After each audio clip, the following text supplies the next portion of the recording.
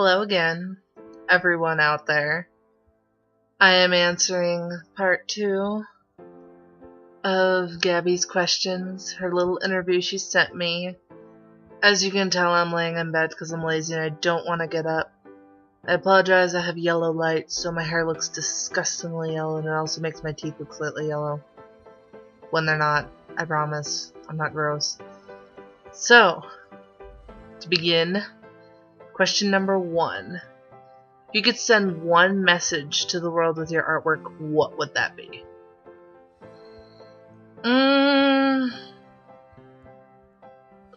I don't know. I'm actually trying to send a message out to the world. My work is so much more of a coping mechanism for me. I don't know, I just have to make it.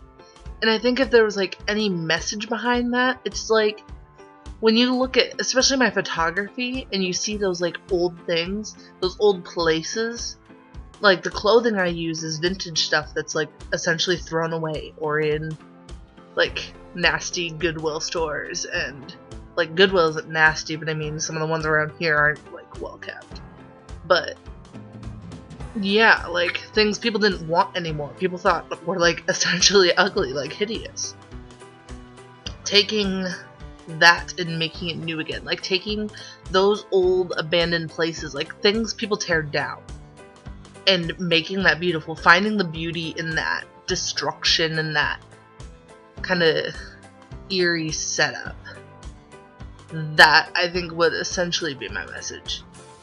Having that timeless feel to everything, I think, definitely would be my message. So, question number 2. Why do you do what you do? Because I have to. Because that's I don't think, when you think about famous artists, really famous artists, not just famous artists over one piece, but the people who truly live the lifestyle. I don't think they ever just did art because, hey, money. It's all about just personal satisfaction. I am always in competition with myself. I cannot not want to make art. I have to.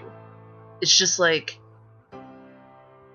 you have to eat and breathe. Even though, yeah, you just have to make it. It doesn't go away. It's always there. It's a need. It's a craving. And that's, if I'm not getting better, I get bored. I have to keep at it. I have to keep getting better and better and better, and there's no rest. Number 3, what role do you feel the artist has in society? Society annoys me most of the time, but I think artists have in society, I think artists honestly make society uncomfortable, and they like that in a way. Think of all the times that art has broke history in a way. All the times it changed things. I mean, even going back to the Catholic Church, art was huge. And then other churches, they took it all away, and there was all that drama, everything. Think of how many times a painting has broke or united a country. All the times that artists changed things. And now even today you have people Banksy and all those changing the way people see things. I think that's the importance of it. And if that's not the importance of it, I think it's giving people something to relate to.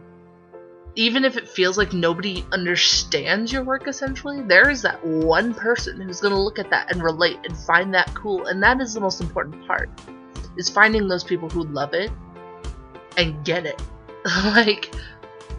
Having someone relate to it is the most important, I think. Conveying an idea and having people understand that. Number 4, what themes are repetitive? I think, obviously, emotional themes. And as of lately, especially the last few years, I've been embracing my darker side. Everything has this sort of hauntingly beautiful overcast to it. And if it doesn't, there's some sort of like just teensy tiny thing there, like whether that be like just a piercing look or some sort of element that has like darker color or something vintage. Like even when it's all lightness, it still has this sort of like heavy feel to it. And even like in my pottery lately, just doing like elaborate patterns, like royalty, like yeah, just that feel to it. Like I think that's what's mostly repetitive within my work, especially my drawings too. They always have that sort of feel to it. 5. Which of your pieces have intimidated you the most? After I did the Clarksville house shoot, I was stuck for a long time. Like, I just kept thinking, this is it. Like, this is as good as it's gonna get. And I did several shoots after that that just, they sucked. Like, it still makes me angry, but I did eventually get out of that. Because, see, when I do something, I have to, like, hate it before I can move on. If I do a shoot and it's flawless, I will have to find some sort of flaw. I will be hung up on finding that flaw before I can move on. It's hell. Like, I spend way too much. Like, I always have to be better than myself the last time. I don't know why. It's just the thing. 6. What memorable responses have you had to your work? I think that my favorite was at the gallery. When that guy walked up to that photo of Chance and picked out that it wasn't... when it's that photo when he's got his fists clenched and looking down with the silhouette of the window, and there's this rose on the floor. It's from front of the big barred window in my studio. And he picked up the entire love story from that exact photo, from that exact rose dropped on the floor. And he said, that's when he said I was a time traveler. That's when he said I could create scenes that are, you know, not of 2013, 2014, as I said in the last video. That's when, like, I knew that I had to have that timeless effect in everything I did. That's when I knew that I was capable of that. And having somebody, like, understand a whole story from one image is powerful. Nothing beats that. Number 7. Is the artistic life lonely? What do you do to counteract it? It is. It honestly is. Because there are so many people who look at you and think, oh, you can draw good. You should draw me. No, I'm not going to draw you. Unless you have, like, I don't know, like, internet or something. No, that's stupid. Like, I hate that. And it is. Just because, like, it's so hard to find people that understand you, but whenever you do, you get so emotionally connected to them and love them so much that it, like, it's like a bad, intense relationship. And it's like, I love it so much, but, you know, when you find, it's different when you find other artists, because relationships between other artists are so good. Like, it's always a joke that all artists hate each other. It's true to some extent. If you find an artist that does, like, exactly what you do, like the same medium and stuff, yeah, you're probably gonna hate each other.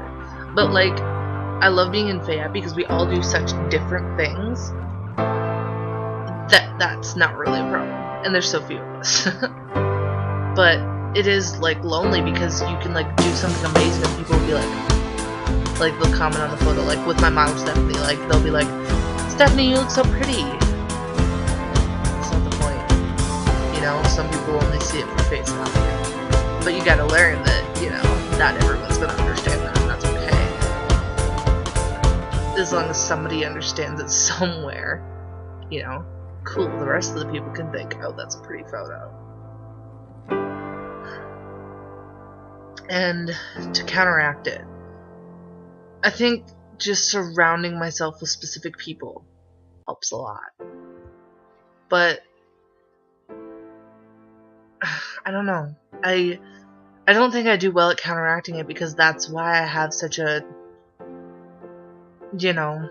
such a lonely feel to everything. It's not good, but I don't know. I don't know how I'll get around that someday. Number 8, what do you dislike about the art world? There's a lot of things I dislike about the art world. I hate how some artists are so full of themselves. It is irritating, and I hate those people walking around in art museums with their little frappuccinos and flower crowns, pretending that they can do magical things when they are capable of making pinch pots. No, get out of here. Cool, you make edits on Tumblr, congrats. I like when you see the average person in an art museum truly appreciating what someone made hundreds of years ago and understanding it. That's way more important. You can be hipster, cool, do that. Just don't wave your vegan flag and shit.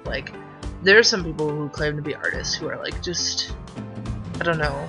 Unless you actually make things and have an appreciation, cool, wear your flower crown all you want. I just want people to be passionate about it.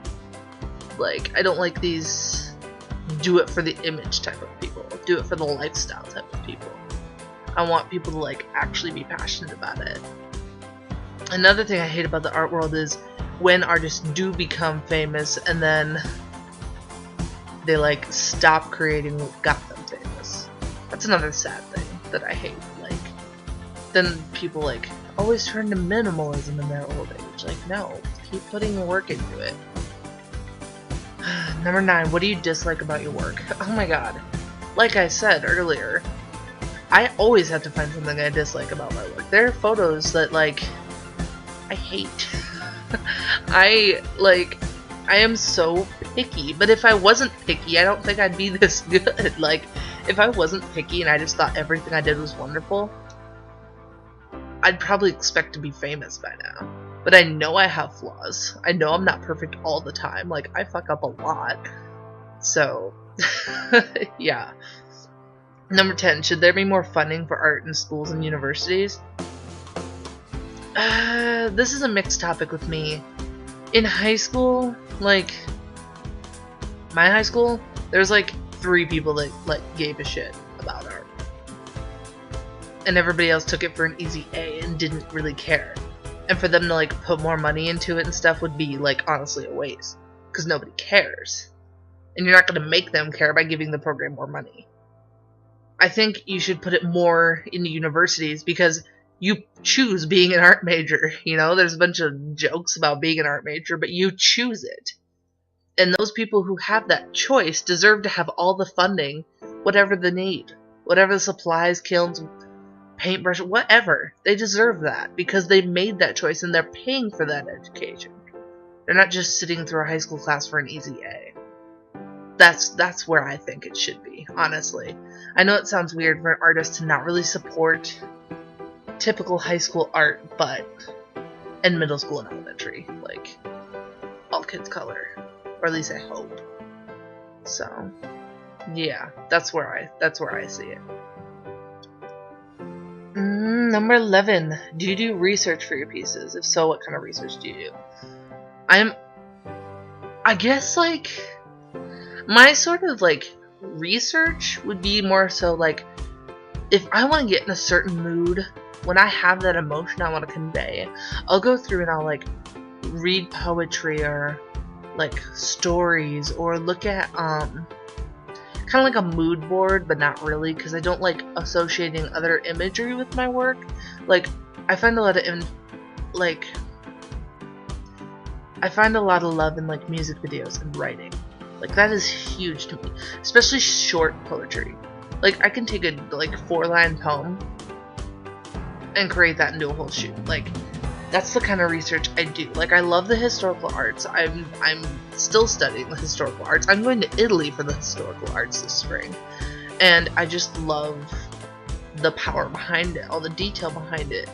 But, like, when I actually go to research, I love tying in, like, modern stuff. Which is weird. Like, I love reading modern poetry as opposed to, like, older things. But then I tie that with the imagery of older things. And it's just this perfect, like, match made in heaven of different generations. Name 2 artists you'd like to be compared to. When it comes to photography, I have a huge crush on 3 Nails. Hunter Leon. Like, love his work so much. Love Lara Jade's work too. I love those 2. If, like, my photography ever got good enough to, like, be up with those big names, like, yes please.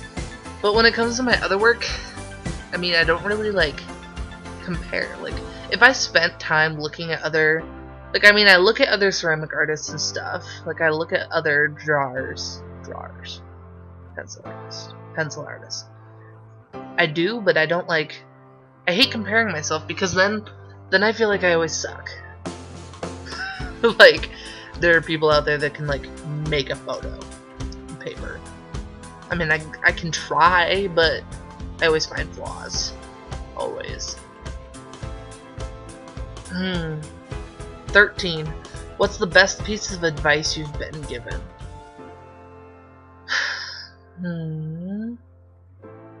I think my life is like a bunch of little pieces of advice, like, all strung together, honestly. I mean, I've had so many people that, like, admire me. Like, I just spend so much time, like, caring about the people who love my work and making art for myself and for them that, like, other people's comments I don't really care about.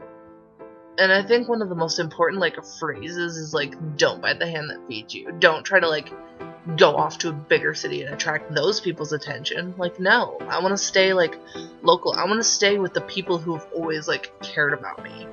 I'm never going to leave for a bigger city. And I think that's, like, always the most important. That's something my parents have always said. Like, stay local, stay hungry, stay, like, pleasing the people that got you started. That's the most important thing. And then 14. Professionally, what's your goal? I want to have my own store someday and continue doing furniture, and I want to teach classes and do workshops, like, actually, like, teach other people how to do what I do. Like, I'd love just to, like, spill my brain out to people. Like, maybe people would think I'm crazy, but, you know, some people will pay money to listen to crazy. And then 15. What is your dream project? I don't know. I don't think I necessarily have, like, a specific dream anymore, other than, like, my shop and the things I want to do, because I always want to keep going. Like, I want to get magazine published within the next year. That's a goal. And I've already gotten accepted, except for they changed the theme on me. They changed it to anti-bullying because they accidentally forgot to update the calendar and then closed submissions again. So, I mean, I almost was. That's close enough, right? They just didn't actually put out the issue, but they had everyone accepted. I tried.